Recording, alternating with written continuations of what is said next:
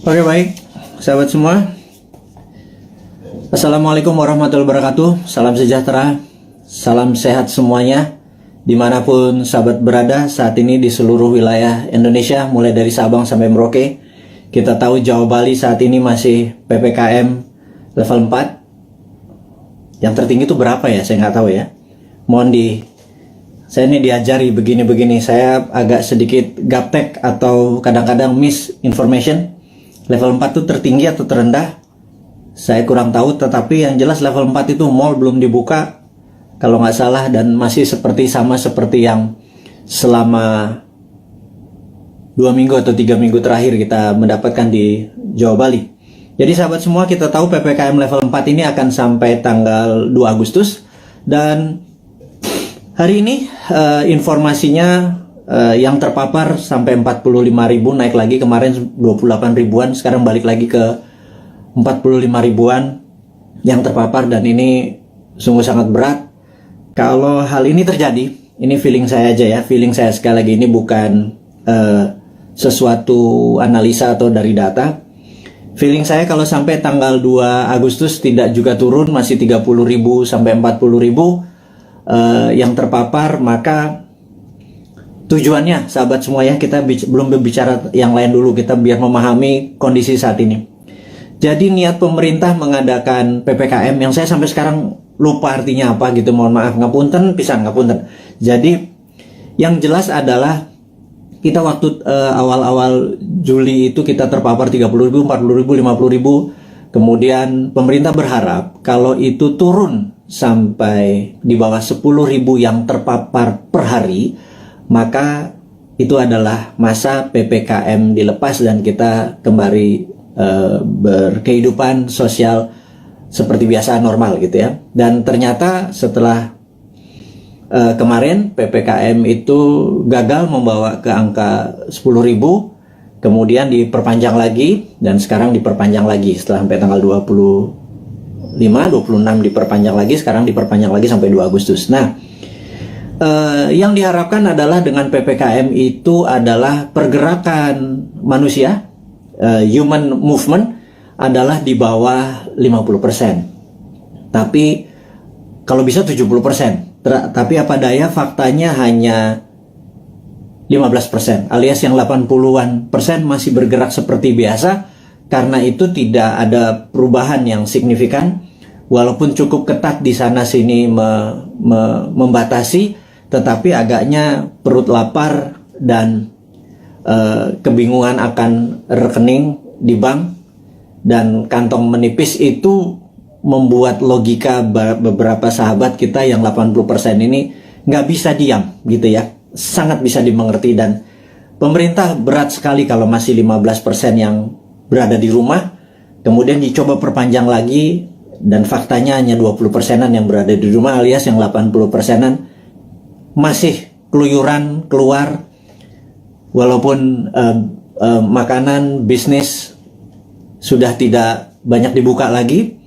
Dan masukan dari beberapa teman yang dulu pada saat di rumah dia pakai Gojek, pakai GoFood, pakai pesan-pesanan online, food online, ternyata rekening bulanannya meledak.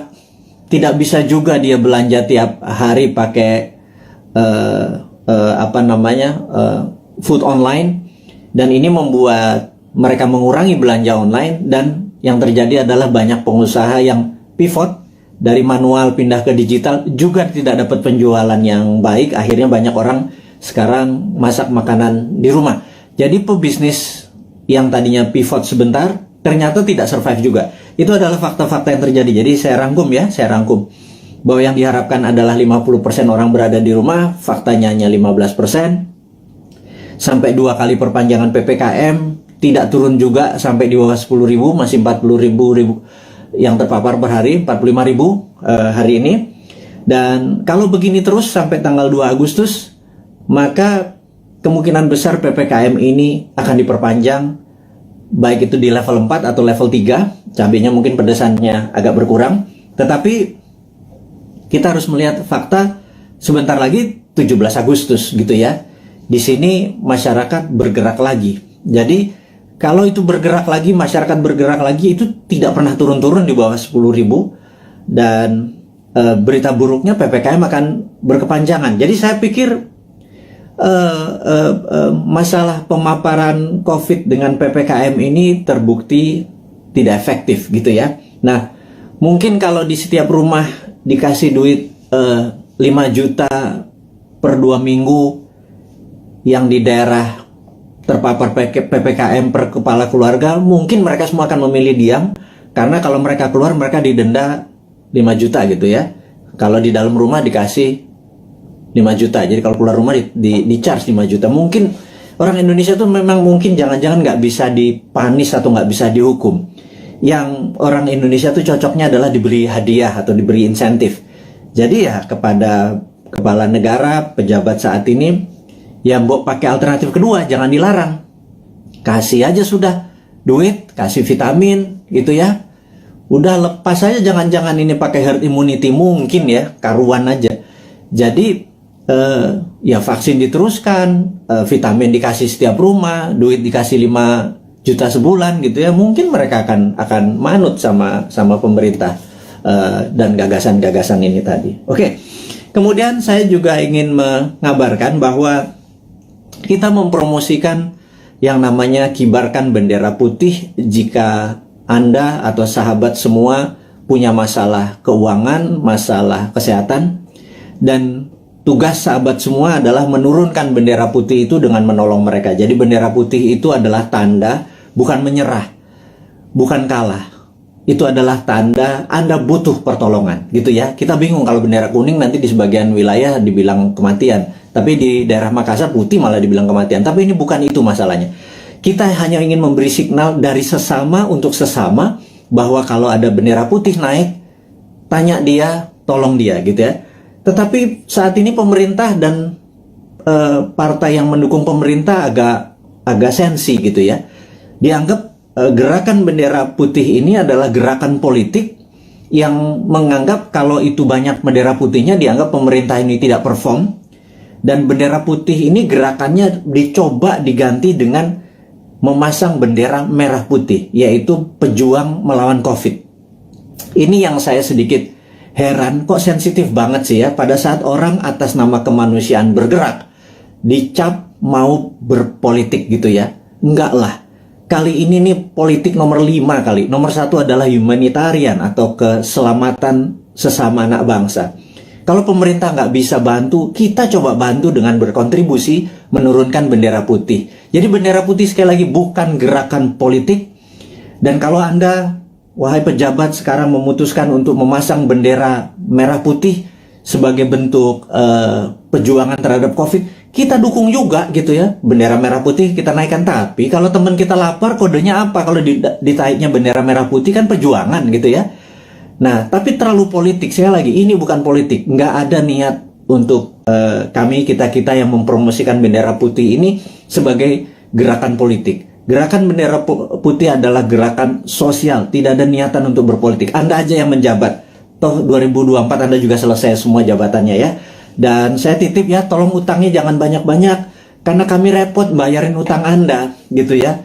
Sekali lagi, kami nggak akan cawe-cawe kok sama Anda ya, tapi pasti kami suruh bayar gitu ya. Dan Anda ya mbok jangan nambah lagi utangnya gitu ya. Berat loh, hampir 6.500 triliun utangnya saat ini, dan pilihannya Ibu itu juga masih ngutang lagi, nambah 500 triliun lagi.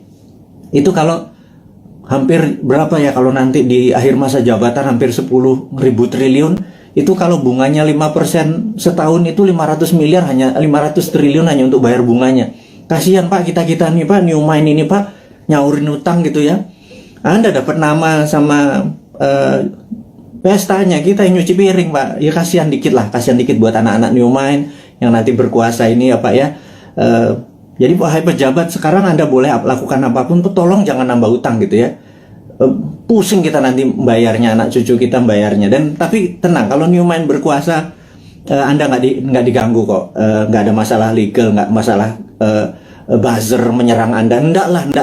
Anda aja yang pakai buzzer itu untuk membunuh karakter orang-orang yang tidak setuju. Silahkan Anda aja. Kita tidak akan balas.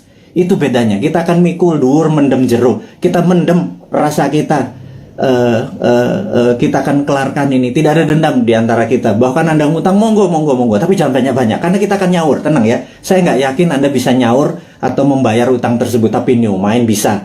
Jadi sekali lagi, pesan kepada pejabat, Anda masih punya 3 tahun. Bendera putih bukan gerakan politik, bendera merah putih Anda adalah gerakan politik. Anda mau berjuang melawan COVID, kita juga berjuang melawan COVID, kita mau membantu sama, itu adalah gerakan kita. Anda nggak dukung, nggak apa-apa. Anda mau menjalankan 3 tahun lagi, monggo, silahkan, kami nggak cawe-cawe. Tapi pesan satu aja, jangan nambah ngutang ya, gitu, karena repot kalau ngutang diperpanjang. Karena pasti kami yang nyaur, kami yang ini. Anda sekarang silahkan, terus kedua, Anda boleh menggunakan buzzer, silahkan membunuh siapapun yang Anda mau oposisi, Anda mau eksekusi dengan buzzer Anda, silahkan. Tapi nanti jangan harap, kami nggak akan gabung dengan oposisi, kami juga nggak akan gabung dengan itu. Kami anggap semuanya old mind ya, mau oposisi mau incumbent, kami anggap semuanya old mind ya. Sekali lagi kami ulangi, New Mind itu menganggap oposisi saat ini dan incumbent itu adalah old mind. Kenapa kami bilang oposisi itu adalah old mind? Karena sampai sekarang oposisi itu tidak juga memberikan solusi kepada pemerintah. Dan kedua, pemerintah saat ini bengep-bengep berjuang gelundang-gelundung sendirian, keberatan, ditolong, disaranin, gak denger, ya wis, kita cuma bisa ngasih saran, kita nggak pernah ngeritik loh, ngeritik kasih saran, atau ngasih saran sekalian, Anda nggak pakai silahkan, nanti kita pakai gitu ya. Jadi sekali lagi, New Mind itu bukan oposisi, New Mind itu bukan incumbent, New Mind adalah NKRI garis lucu, dah gitu ya. Jadi pesan kami sekali lagi kepada pejabat, jangan pernah ngutang gedean karena kasihan New Mind. Tapi kalau Anda bisanya ngutang, ya monggo, yang penting hidup ini NKRI masih tetap nyambung. Tapi kita akan semangat terus melunasi utang Anda. Satu, yang kedua adalah kita tidak akan cawe-cawe. Kita nanti tidak akan punya buzzer, gitu ya. Kita akan menggunakan semuanya baik, semuanya terbuka, semuanya pakai tepos seliro. Kalaupun saya nggak ngerti ya, saya mungkin nanti atau teman-teman akan sowan kepada senior-senior itu, gitu ya. Gimana ngurusnya waktu itu? Tapi yang New Mind tetap kita akan humble, rendah hati, dan tidak punya dendam ya. Itu kita berita yang di awal dialog malam ini, di malam Selasa di tanggal 27 Juli, di mana saat ini Santara alhamdulillah baru berusia 3 tahun, dan kami menyatakan masih perjuangan masih panjang untuk menolong UKM akar rumput. Kami baru saja menyalurkan total 3 tahun itu tidak sampai 200 miliar. Kami membutuhkan UKM yang masih membutuhkan dana, karena sekali lagi kami melihat bahwa UKM lah bisnis yang survive di masa krisis, yang tetap eksis di masa krisis adalah UKM. Terbukti tahun 98 UKM yang survive. Tahun 2008 sewaktu subprime mortgage menimpa dunia, UKM-nya survive. Dan tahun ini, tahun COVID, tahun pandemi, itu pun UKM yang bisa survive.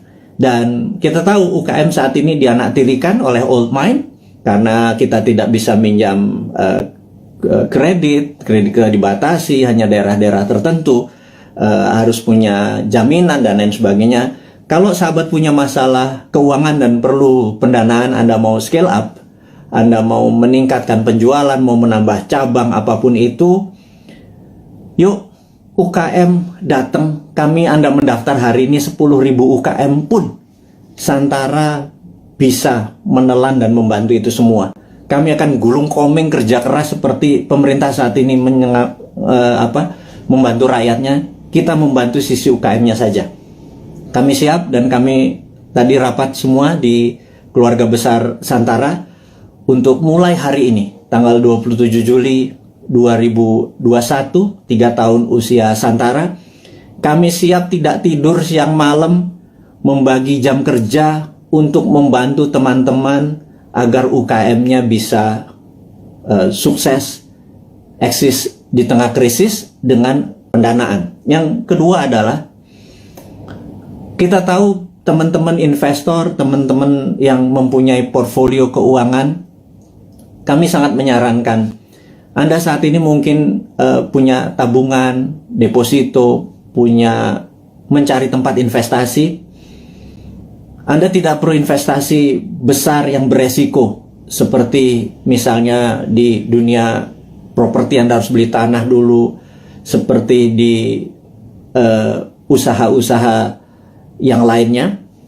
Sementara uang atau modal Anda terbatas, katakanlah kecil, di bawah 10 juta, di bawah 20 juta gitu ya, dimana investasi yang lain besar-besar. Urun dana adalah kita bersama-sama bergandengan tangan membantu UKM. Jadi underlying uang kita adalah UKM, dunia nyata, dunia real.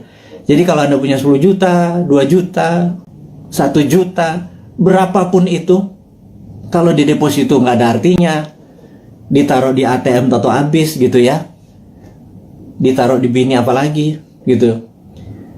Nah, cobalah portfolio Anda, keuangan Anda mulai dibagi-bagi. Jadi misalnya letakkan sedikit di UKM Santara. Anda bisa pilih, sebentar lagi listing-listing di Santara itu akan bertaburan. Pilih, Anda pilih sendiri. Di dalam investasi, Santara hanya penghulu. Santara tidak membuat menyarankan ini yang baik, ini yang buruk. Anda sebagai investor lah yang berhak memilih pasangan Anda. Kalau Anda adalah cowok investor, maka UKM adalah ceweknya gitu ya. Cari yang cantik, yang pinter, yang terus belajar gitu ya, untuk jadi pasangan investasi Anda. Jadi saya sangat sarankan kalau Anda berminat menjadi investor di Santara, hubungi nanti di IG-nya Santara, ada nomor investor. Kalau Anda mau invest, Anda nggak usah pikir, wah saya nggak punya duit 100 juta, kita nggak butuh. Sahabat, kita yang butuh adalah uang-uang yang nganggur, yang receh, ketimbang ditaruh di tabungan Anda di celengan babi itu, namanya juga celeng gitu ya. Anda pindahkan aja 1.500.000 uang Anda itu, pindahkan ke UKM. Jadi ada dua hal: satu, Anda bisa dapat dividennya; dua, Anda menolong ekonomi saudara kita sendiri, para UKM. Jadi itulah filosofi Santara dan niat Santara untuk membantu. Dan Santara saat ini kami ingin melaporkan juga bahwa dalam 2-3 tahun ke depan, dan mulai dari ulang tahun yang ketiga ini, kita akan membuat Santara internasional. Jadi Santara Viet di Vietnam, Santara Thai di Thailand, dan Santara Filipina. Itu 3 negara akan kita buat duluan. Jadi kita ingin Santara ini go internasional. Itu kita udah siapkan, kita udah ada mitranya. Jadi bukan hanya Gojek bisa di Vietnam, Santara pun bisa. Karena Santara punya keunikan, ini adalah equity crowdfunding pertama di Indonesia dan terbesar. Dan kita bercita-cita ingin menjadi yang terbesar di ASEAN atau di regional. Dan ini hanya membuktikan bahwa Indonesia bukan jago kandang. Indonesia di bawah New Mind itu ekspor kita. Buktinya Santara, karena di Vietnam, di Thailand, dan di Filipina tidak ada. Jadi kita go global, company kita dari sana ya dong untuk dong ya. Jadi Vietnam untuk Vietnam, Thailand untuk Thailand. Dia hanya pakai softwarenya kita. Dan mereka sangat antusias sekali. Nah, bayangkan kalau nanti ada 10.000 perusahaan Vietnam listing di Vietnam, tapi di Indonesia cuma 1.000. Yang ada masalah adalah orang Indonesianya. Orang Indonesia kakek mikir kali ya. Banyakan mikir, banyakan analisa, kepinteran kali ya, jangan-jangan. Karena itulah saya pikir ke depan, mbok kurangi mikir gitu ya. Berprasangka baik, banyak baca, terus banyak berdiskusi yang sehat.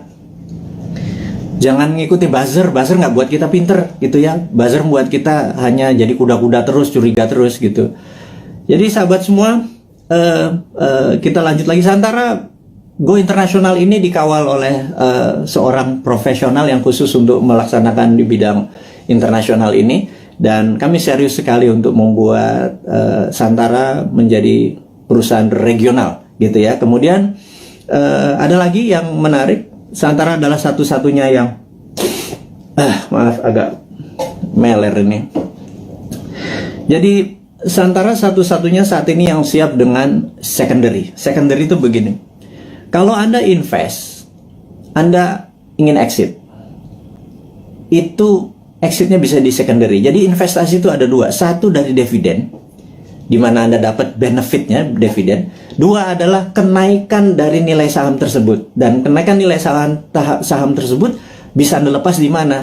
Di secondary market. Jadi kalau Anda misalnya saat ini di IDX atau di Bursa Efek Indonesia, Anda membeli saham katakanlah BCA gitu ya, harganya lupa saya sekarang berapa, 30.000 atau 29.000 kali. Begitu Anda membeli, suatu hari harganya menjadi 30.000 atau 31.000, ada untung 1.000-2.000 perak. Anda selain dapat dividen dari BCA, Anda juga bisa exit, dapat 1.000 atau 2.000 rupiah per lembar saham yang Anda beli. Jadi Anda dapat capital gain-nya gitu ya. Nah, capital gain itu eksekusinya ada di secondary market. Jadi kalau Anda sekarang pemain kripto, Anda doge, Anda beli Bitcoin di harga dari langit, misalnya 100 juta, sekarang harganya 101 juta, Anda jualan untung 1 juta. Itu namanya secondary market. Anda melepas secondary market. Nah, sebentar lagi Santara akan meluncurkan secondary market. Izin kita dari OJK sudah lengkap. Jadi bisa dibayangkan saat ini ada 1 juta sahabat kita yang bermain di kripto gitu ya. Uangnya tentunya saham-saham internasional. Koin-koin yang Anda main adalah koin internasional. Jadi uang Anda sebenarnya menguntungkan negara lain. Terus kemudian di Bursa Efek Indonesia juga ada sekitar 1,2 juta investor yang setiap hari ada di floor saham untuk jual beli sahamnya. Dan kita berharap sewaktu Santara secondary-nya dibuka, itu adalah teman-teman yang portfolio keuangannya tadi bermain mengharapkan capital gain, Anda bisa menolong UKM karena yang Anda beli adalah saham UKM. Benar-benar ada sektor realnya, yaitu membantu sahabat UKM di Indonesia. Dan apa yang terjadi kalau di Vietnam, Thailand, dan Filipina kita bisa bersama-sama, ini terlalu mulus kalau kita bilang sekarang ya. Anggap 3-4 tahun lagi lah sampai 2026, 2027. Itu kita akan menjadi the biggest bursa UKM di dunia. Dan ini akan membuktikan bahwa Indonesia sekali lagi bukan jago kandang. Indonesia memang layak 2045 menjadi superpower country. Sekali lagi, Indonesia tahun 2045 layak menjadi superpower country. Sayangnya saat ini ya, sudah 20 tahun kita dipimpin oleh 3 kepala negara. Kita belum juga per hari ini menjadi negara superpower ya. Saya sengaja membuat kata-kata ini untuk semua berpikir, bukan mengkritik, bukan ngeledek, bukan nyinyir, tetapi sebuah realita. 3 tahun kita dengan Ibu Mega, kemudian 10 tahun kita dengan Pak SBY, kemudian ditambah saat ini Pak Jokowi 7 tahun. Jadi total 20 tahun. Pertanyaannya, apakah Indonesia sudah menjadi negara superpower dalam 20 tahun? Jawabannya, kita masih negara pengimpor, kita masih negara penghutang, kita masih bergantung yuan dan dolar. Apakah itu dikatakan negara superpower? Gitu ya. Defisit neraca perdagangan kita sama Tiongkok membesar gitu ya. Produsen kita juga bukan barang-barang yang nilai tambah, tetapi masih bahan baku atau komoditi. Apa yang terjadi? Ini loh yang kita mau tanya. Wahai sahabat semua, yuk kita mikir bersama ya. Kita mikir bersama. 20 tahun kita sudah dipimpin oleh pemimpin besar. Ibu Mega adalah pemimpin wanita yang powerful. Pak SBY gitu ya, juga sangat powerful. 10 tahun dia memimpin. Kemudian Pak Jokowi juga sangat powerful. Sudah 7 tahun dan masih 3 tahun lagi. Total 20 tahun saat ini. Pertanyaannya kita, apakah sudah jadi negara superpower? GDP per kapita waktu Bu Mega itu adalah 1.700. Kemudian sama Pak SBY dibikin sekitar 3.700. Kemudian saat ini Pak Jokowi naik 15% lah. 7 tahun naik 15%. Jadi sekitar 4.000-an gitu ya. Kalau Pak SBY naiknya 220%. Kemudian Bu Mega naik sekitar 15% 3 tahun. Jadi saat ini kita ulangi lagi. Apakah Indonesia menjadi negara superpower selama 20 tahun 3 presiden ini berkuasa? Nah, kemudian di 2024 para calon-calon yang ada itu genre politiknya adalah mirip dengan ketiganya. Misalnya kita sebut aja Pak Prabowo ya, dia adalah ke Ibu Mega gitu ya. kemudian ada AHY mungkin ya, itu dia ke arah Pak SBY. Kemudian ya ada nama-nama seperti Pak Ganjar, Erick Thohir dan lain sebagainya, seperti istana sekarang atau Pak Jokowi genrenya.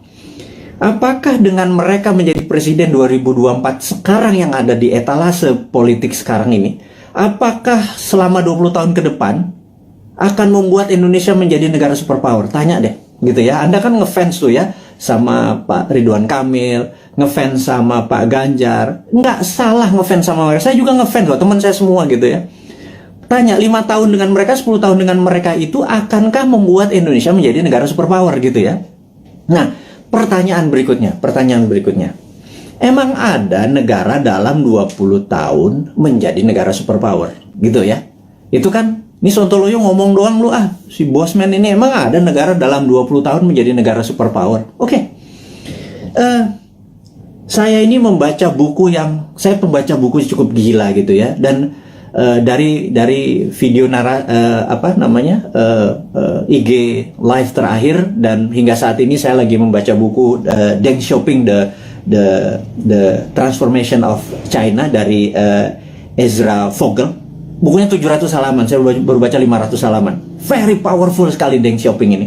Dan ini yang saya mau ceritakan, apakah dalam 20 tahun emang ada negara menjadi superpower? Oke, jawabannya adalah begini. Sahabat semua, di tahun 1918 Perang Dunia Pertama berakhir. Dan disitulah Jerman kalah perang. Jerman harus menanggung hutang atau biaya Perang Dunia Pertama yang rusak tadi ke negara pemenang perang. Jadi sudah Jermannya miskin, Jermannya harus membayar kerusakan yang dia buat. Jadi Jerman kalahnya 2. Udah rata tanah di Jermannya, Jerman harus bayar utang. 1918. Kemudian 1933 Jerman menyerang Polandia. 36, 39 masuklah Perang Dunia Kedua gitu ya, sampai tahun 45. Udah, kita sederhanakan aja.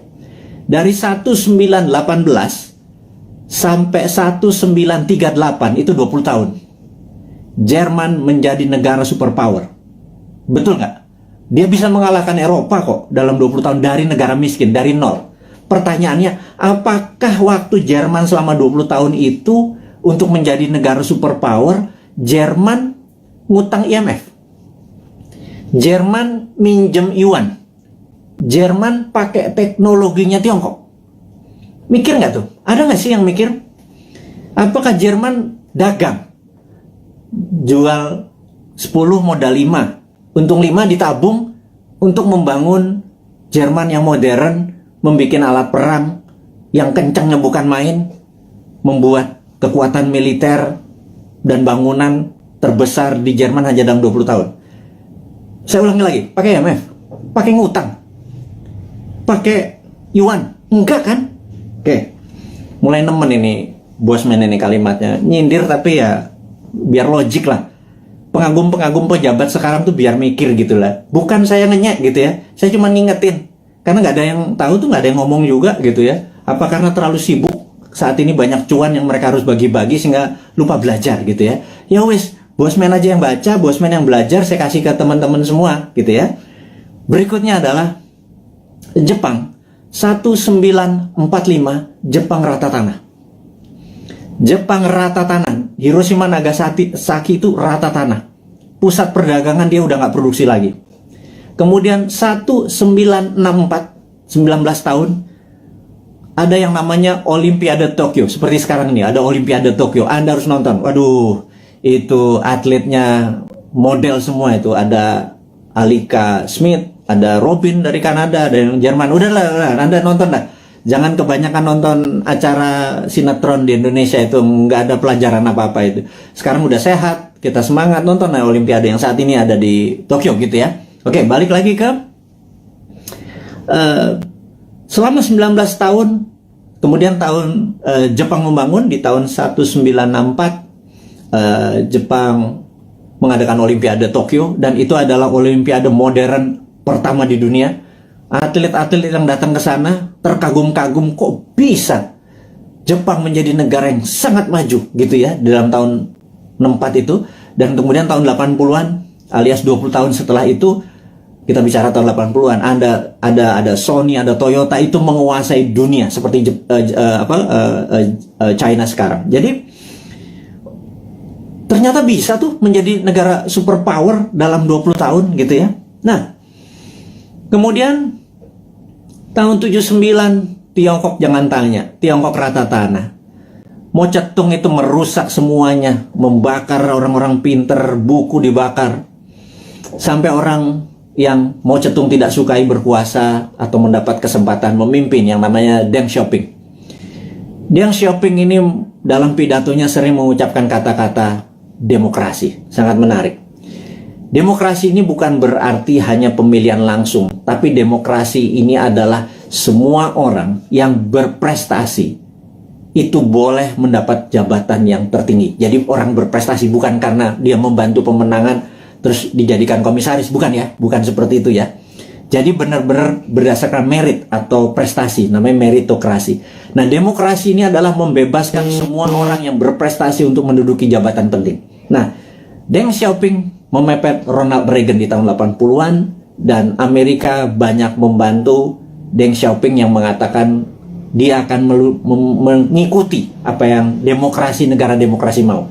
Ini yang saya bilang dia main tiga kaki. Kemudian dia harus memilih, dia berpihak ke Rusia, Soviet, atau ke Amerika. Dia main dua kaki. Ke Soviet sesama komunis, ke Amerika pura-pura ikut demokrasi. Di tahun 1989, Deng Xiaoping menghadapi sebuah dilema yang besar di mana demokrasinya meminta banyak korban, dan disitulah ada dua pilihan: soft power ikut demokrasi atau hard power China mulai berdiri sendiri. Akhirnya Deng memilih pilihan kedua. Disikat 10.000 mahasiswa di Tiananmen Square, dan disitulah muncul Tiananmen Papers. Jadi efeknya adalah seluruh investor keluar dari Tiongkok pada saat itu, China alone, China sendirian. Di tahun 89, para petinggi PKC, Partai Komunis Cina, memutuskan fuck IMF. Nah, kalimat gue ngomong gini nggak apa-apa ya.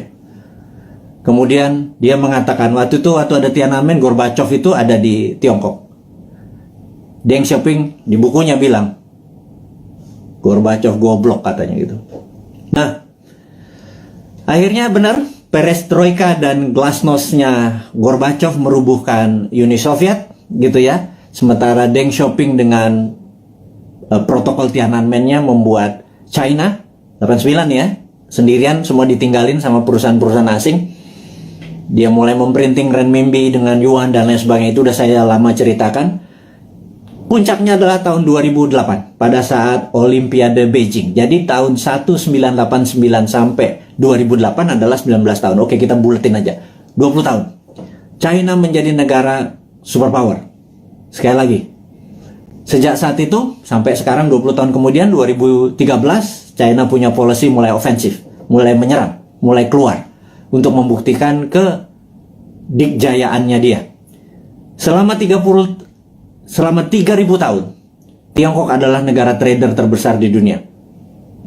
200 tahun terakhir, Eropa masuk ke Shanghai, ke Beijing, dikasih narkoba, opium, membuat goblok orang-orang Tiongkok, dan membuat Deng Xiaoping bilang, kita harus merebut balik.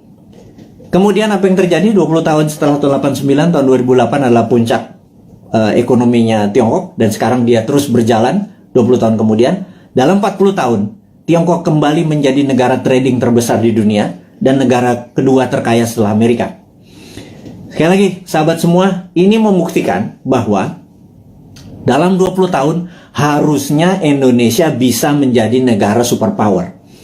Setidaknya route to become superpower country. Nah, 3 tahun Bu Mega, 10 tahun Pak SBY, dan 7 tahun Pak Jokowi, dia sudah do the right thing. Sekali lagi, sudah do the right thing. Ke depan, 20 tahun ke depan, sampai 2045, Indonesia untuk menjadi negara superpower, apakah genre old mind Anda masih mau pakai? Kalau Anda pakai ya silakan, karena ini kan demokrasi, gitu ya. Tetapi kalau Anda mau memakai new mind, ini persis seperti apa yang Tiongkok lakukan, seperti Jerman lakukan, seperti Jepang lakukan. New mind punya konsepnya.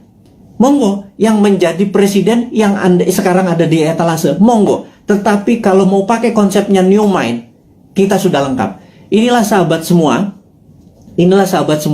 sahabat-sahabat Bosman, kaum Sontoloyo dari Republik Sontoloyo ini. Saya minta Anda semua sekarang mempromosikan ini semua. Bukan karena Bosman mau jadi presiden. Enggak, lupakan. Enggak penting. Yang penting kita cuma sejahtera. Untuk sejahtera itu harus punya konsep menjadi negara besar di tahun 2045. Gitu ya. Nah, untuk itu sekali lagi sangat rinci. Gimana caranya? Yaitu contohnya adalah kita tahu UKM saat ini 97% angkatan kerja itu adanya di UKM. Saya ulangi lagi. 97% angkatan kerja itu ada di UKM. Gara-gara pandemi, 9,7 juta sahabat kita menganggur. Karena Pak, UKM yang terpukul. Berikutnya, UKM saat ini belum menjadikan karpet merah difasilitas oleh pejabat negara. Karena kita belum bisa berdaulat UKM itu. Padahal ada lebih 50 juta UMKM ya, dari mikro, kecil, menengah, yang menghidupi 97% angkatan kerja. Jadi, kalau angkatan kerja ini mau mendapatkan lapangan kerja, bukan perusahaan besar yang dikasih pendanaannya, tetapi perusahaan UKM, gitu ya. Nah, Santara saat ini hadir untuk membuktikan bahwa konsep new mind itu berjalan. Dari kita untuk kita, dari sesama untuk sesama. Ingat, bendera putih adalah dari sesama untuk sesama. Kita nggak perlu IMF, kita nggak perlu Yuan, kita nggak perlu Jepang, kita nggak perlu Amerika, kita nggak perlu Tiongkok. Setuju ya? Dari kita untuk kita, itu bendera putih. UKM juga harusnya dari kita untuk kita. Jadi investor receh masuk 2 juta, 200 ribu, 500 ribu. Tolong angkat itu UKM. Ada jutaan UKM yang mau kita angkat. Ada jutaan sahabat kita juga punya duit nganggur gitu ya. Gabungkan semua. Santara hanya platform. Santara bukan membuat UKM besar. Yang buat UKM besar ya para UKM-nya. Yang buat kaya adalah investor itu pilih UKM yang benar. UKM itu marginnya itu jauh lebih besar dari perusahaan-perusahaan besar. UKM itu untungnya bisa 30%, 40% gitu ya. Dan inilah yang saya harapkan teman-teman portfolio keuangan Anda. Sekali lagi, bagilah kalau Anda punya 10 juta, 9 juta Anda taruh dimanapun boleh. 10%-nya taruh deh di UKM. Anda membantu UKM, 10% membantu UKM. Kalau saat ini uang beredar adalah 6.000 triliun, 10%-nya masuk ke UKM atau 60 triliun. 60 triliun itu untuk menghidupi UKM itu adalah dari kita untuk kita. Itu kita negaranya berdikari. Nggak kita jadi ekspor, kita nggak ngutang gitu loh. Nah, sahabat semua, di ulang tahun Santara ketiga dengan berapi-api si Bosman Sontoloyo ini, ngapunten minta izin tanpa niat menyinggung siapapun, tetapi kita mengkritik diri kita sendiri bahwa yuk 20 tahun kita ucapkan terima kasih kepada pemimpin-pemimpin kita yang telah membawa kita ke saat ini. Kita masih utuh negaranya. Dan ke depan kita harus mempunyai konsep baru. Konsep baru ini adalah yang kita akan lakukan adalah membangun akar rumput, gitu ya. Membangun akar rumput ini adalah bisnis akar rumput kita bantu, adalah investor akar rumput kita bantu. Jadi itu adalah informasi. Dan ini terakhir berita internasional. Jadi ada 3 step tadi ya, lokal tentang pandemi, bahwa kita belum melihat pandemi ini akan berakhir sampai habis 17 Agustus sampai Agustus, belum melihat. Kalau ditambah tadi masih itu, jadi kita harus melakukan strategi-strategi.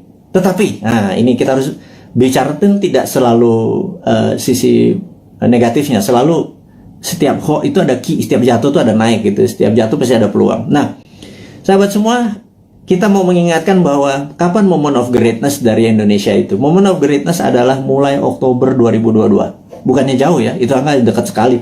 Kenapa? Karena G20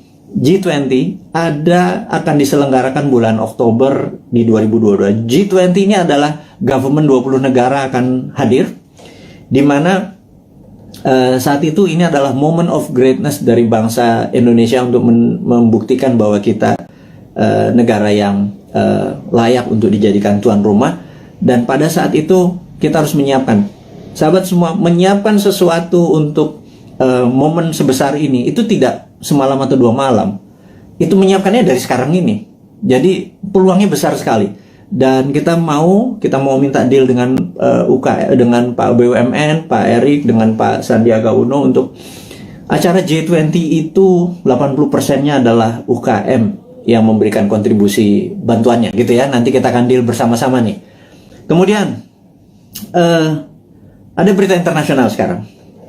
Kita mau duluan. Nomor 1 adalah kita menginformasikan bahwa kemungkinan besar Biden akan resign. Nah ini Bosman nih kalau ngasih informasi ini rada-rada langitan sedikit. Bukan apa-apa.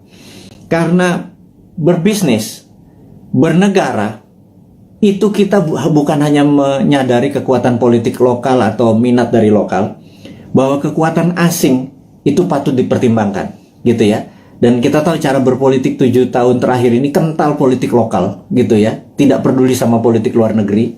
Bahwa misalnya kita sangat miring ke Tiongkok gitu ya. Seakan-akan di dunia ini negara cuma Indonesia dan Tiongkok gitu.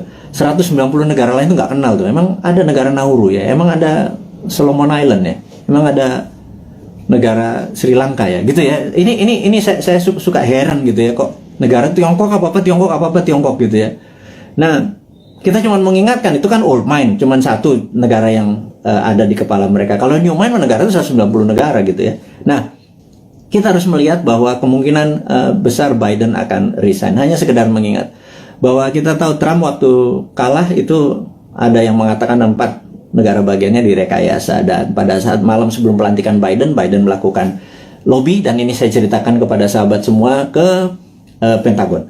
Dan Pentagon agaknya mempunyai limit terhadap Biden karena dia dianggap lemah, dan Amerika tidak bisa menang perang lawan Tiongkok kecuali Biden dilengsarkan dengan alasan kesehatan. Ya, ini sekali lagi. Kemudian naiklah Kamala Harris, dan ini kuncinya, siapa yang jadi wakil presidennya Kamala Harris, that's the key. Saya nggak bisa kasih tahu sekarang karena saya emang nggak tahu. Tetapi ini harus menjadi perhatian sahabat semua, jadi bahan renungan bahwa oh ya, bernegara itu ada negara besar gitu ya. Karena dolar saat ini menguasai 65% transaksi dunia, dan itu namanya Amerika. Yuan saat ini cuma 1%-an yang namanya Tiongkok gitu ya. Terus kenapa transaksinya pakai yuan, kita juga nggak ngerti kadang-kadang. Terlalu pintar mungkin ya, karena banyak prestasi. Jadi kita yang nggak nyampe ilmunya.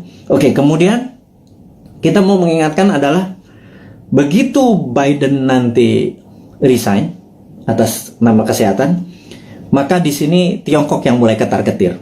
Jadi Tiongkok memang waktu kemarin PKC, Partai Komunis Cina, merayakan ulang tahun ke-100, Xi Jinping dengan retorik, dengan pidato yang orasi luar biasa, mengatakan bahwa akan memenggal kepala negara yang membuli Tiongkok. Dan ini kata-katanya sangat ofensif gitu ya. Jangan-jangan kalau gue yang jadi presiden udah dipenggal duluan sama dia, karena kan gue ngebully terus dia kan, gitu ya. Ngebully sebenarnya bukan anti Tiongkok. Kita akan terus bermitra dengan siapapun.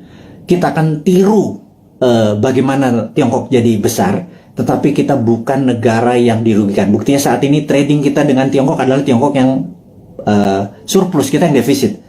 Jadi kita kalau menjadi presiden nanti, kaum Newman bilang kita harus impas dong, jangan lo yang positif, kita juga harus positif atau impas, jangan kita yang defisit gitu ya. Tapi itu perlu strong lobbyist gitu ya, bukan yang mimpin lobbynya adalah diplomatik NKRI garis lurus, bukan trader gitu. Kalau trader ya negara untung rugi nggak peduli, yang penting kantong gue tebel gitu kan. Nah itu ya itulah, siapa yang masih memuja-muja orang-orang itu, Anda harus ingatkan. Suatu hari Anda tidak menjabat gitu ya. Nah, tapi ingat, kita bukan tipe balas dendam. Gitu aja bedanya New Mind. Kemudian kalau kedua, Xi Jinping mengatakan bahwa dia akan melakukan aneksasi Taiwan, Hong Kong dan Macau. Kemudian dia juga menyiapkan 100 silo dengan hulu ledak nuklir. Silo adalah tempat peluncuran roket berkepala nuklir. Ini menunjukkan Cina benar-benar ready untuk war. Nah, pertanyaannya, apakah akan terjadi war physical? Di sini kita mau mengingatkan bahwa sewaktu kita melihat dari sisi Amerika, apakah Amerika akan melakukan naval war? Karena perang China sama Amerika battlefieldnya atau tempat perangnya adalah Laut Cina Selatan. Karena perangnya laut, maka perangnya naval. Naval itu adalah perang kapal. Jadi kapal Amerika mungkin mepet sampai China, Tiongkok sisi barat, sisi timur. Kemudian sebelum mepet tersebut, roket-roketnya Tiongkok langsung mukulin kapal di navinya kapalnya Amerika. Tapi kayaknya nggak mungkin, karena itu tidak berefek kepada mainlandnya Amerika. Dan perang di laut itu mahal, gitu ya. Perang di laut itu mahal. Jadi sahabat semua, apa yang dilakukan kalau perang ini terjadi? Perangnya ada dua, yang kita sebut ini perang baru. Perang baru, saya baru baca bukunya soalnya. Saya ini kaget-kaget dengan istilah baru. Saya nggak yakin para pejabat sekarang sempat baca. Jadi ya udah kita ajarin aja mereka dengan ini, namanya invisible war atau perang yang tidak terlihat. Perang tidak terlihat ini ada dua. Nomor satu, kita tahu bahwa Amerika punya angkatan ke-6 yang namanya Space Army, ya. Angkatan ke-6 Space Army Amerika ini yang perangnya nanti perang bintang atau Space War, karena dia punya orbit tertinggi. Jadi orbit posisi satelit, posisi orbit satelit Amerika itu di orbit tertinggi, karena posisi dia di atas dari 1000 satelit Cina. Kita tahu di dunia ini ada sekitar 20.000 satelit. 60% adalah milik Amerika. Cina cuma 1000. Itu ditembakin semua satelitnya dari pakai laser magnetic beam yang Amerika saat ini punya. Itu pasti China shutdown itu, gitu ya. Kemudian kita mau mengingatkan lagi, invisible war kedua adalah pandemi, gitu ya. Jadi dihajar dengan pandemi di sisi bawah, di atas, di yang tidak kelihatan juga di sisi battle space, perang udara. Nah, teman-teman, apapun yang terjadi perang antara gajah, dua gajah itu jangan Pelanduk mati di tengahnya, jangan Indonesia mati di tengahnya. Karena itu kita selalu menantang old mind ini. Punya plan B nggak? Gitu ya. Sekali lagi, punya plan B nggak kalau benar-benar ini terjadi? Karena kapanpun bisa terjadi. Anggap tidak terjadi, tapi kan plan B tetap harus punya, gitu ya. Gitu.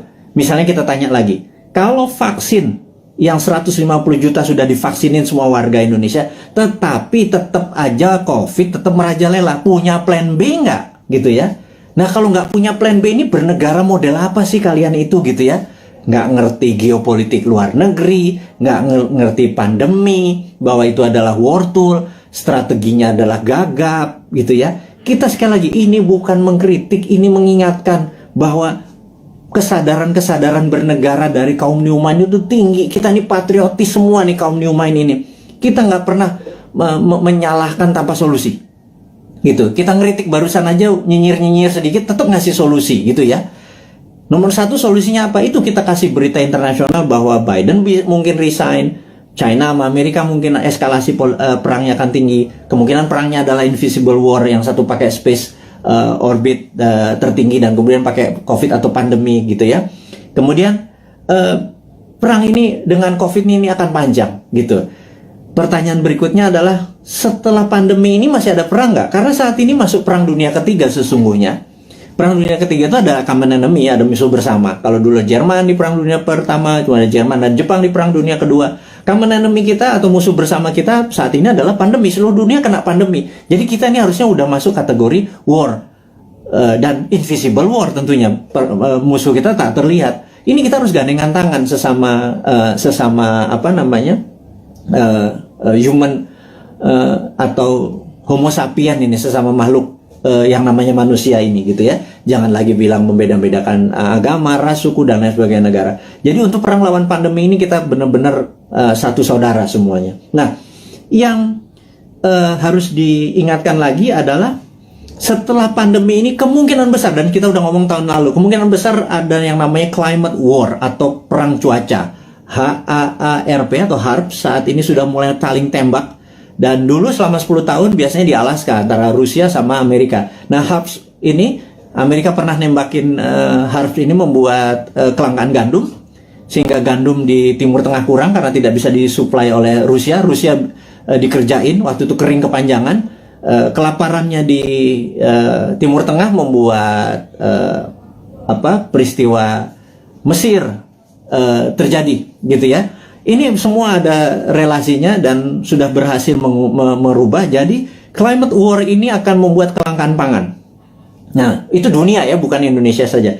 Indonesia ini punya kelebihan, yaitu punya 2 musim. Musim hujan, lupa gua. Musim durian juga masuk harusnya ya. Musim kawin segala macam, lupa gua. Jadi bukan musim hujan dengan musim kemarau saja. Indonesia ini 90% wilayah yang mengandung air, H2O maksudnya. Kemudian alamnya ada vulkanik, tektonik, dengan setiap saat Allah memberikan, alam memberikan pupuknya. Kemudian kita juga memiliki laut yang menghasilkan ikan. Kita ini komplit, sehingga Indonesia bisa menjadi, seharusnya kalau di bawah New Mind nanti, Indonesia menjadi the biggest food country. Kita akan banyak membangun food estate. Itu adalah solusi. Dimana pada saat selesai pandemic war, perang ini, kita akan menghadapi perang cuaca atau climate war, dan kita harusnya menjadi rule the world dengan cara itu. Jadi 2045 Indonesia benar-benar menjadi negara superpower gitu ya. Itu kita kasih bocoran-bocoran seperti ini terus untuk mengingatkan bahwa udahlah, 20 tahun ke depan bisa Indonesia menjadi superpower, tetapi tidak bisa dengan cara old mind, dengan cara new mind. Ini loh konsepnya new mind. Kita berikan papersnya, kita berikan konsepnya, kita berikan orang-orangnya juga. Kalau Anda nggak, ini kita sepaket kok. Kita sering diskusi, kita banyak, ada sekitar 50-an sahabat-sahabat Bosman, berapa profesor segala macam. Terus saya bukan sendirian. Mana mungkin sih saya bisa buat video setiap hari segitu banyak, dan ilmunya adalah ilmu terupdate. Itu kalau nggak dengan profesor-profesor yang berada di sekeliling saya yang benar-benar mencintai tanah air ini dan benar-benar memahami geopolitik dan geostrategi. Itulah para kontributor yang terus membuat New Mind selama 3 tahun ke depan menjadi pintar. Yang saya harap sih sebenarnya saat ini kan masih 3 tahun. Yang old mind minggir, sekitar 30 menteri minggir, menteri-menteri New Mind masuk gitu ya. Tapi ya benar-benar harus versinya New Mind. Nomor 1 misalnya BI kita bubarin di bawah, masuk di bawah Menteri Keuangan, jadi Dirjen Moneter gitu ya. Waduh, kalau kayak gitu mah, waduh, kita printing money, kita kasih ke UKM produksi tentunya, bukan UKM non produksi, UKM produksi dulu supaya nggak terjadi inflasi. Inflasi adalah kalau uang beredar tidak sama dengan produksi, jadi uang beredar harus sama dengan produksi. Berapapun uang dicetak selama produksinya sama, tidak ada inflasi. Kecuali ilmu lama ya, ilmu supaya kita ngutang terus dengan IMF itu nggak boleh printing money, yaitu ilmunya old mind. Monggo silahkan, masih 3 tahun lagi. Atau mau sekarang mau dibantu sama kita, boleh. Minggirlah 30 orang itu, atau minggir semua kabinetnya. Masuklah generasi New Mind ini. Nah kalau enggak ya udah, kita nunggu 3 tahun lagi. Tapi sekarang selama 3 tahun kita minteri 200 juta saudara kita debat ilmunya New Mind dengan Old Mind. Kita debat, kita buka, dan sahabat semua, Anda adalah pahlawan-pahlawan. 4.600 ini orang yang mendengarkan Bosman saat ini. Anda adalah orang-orang yang luar biasa yang punya ilmu ini.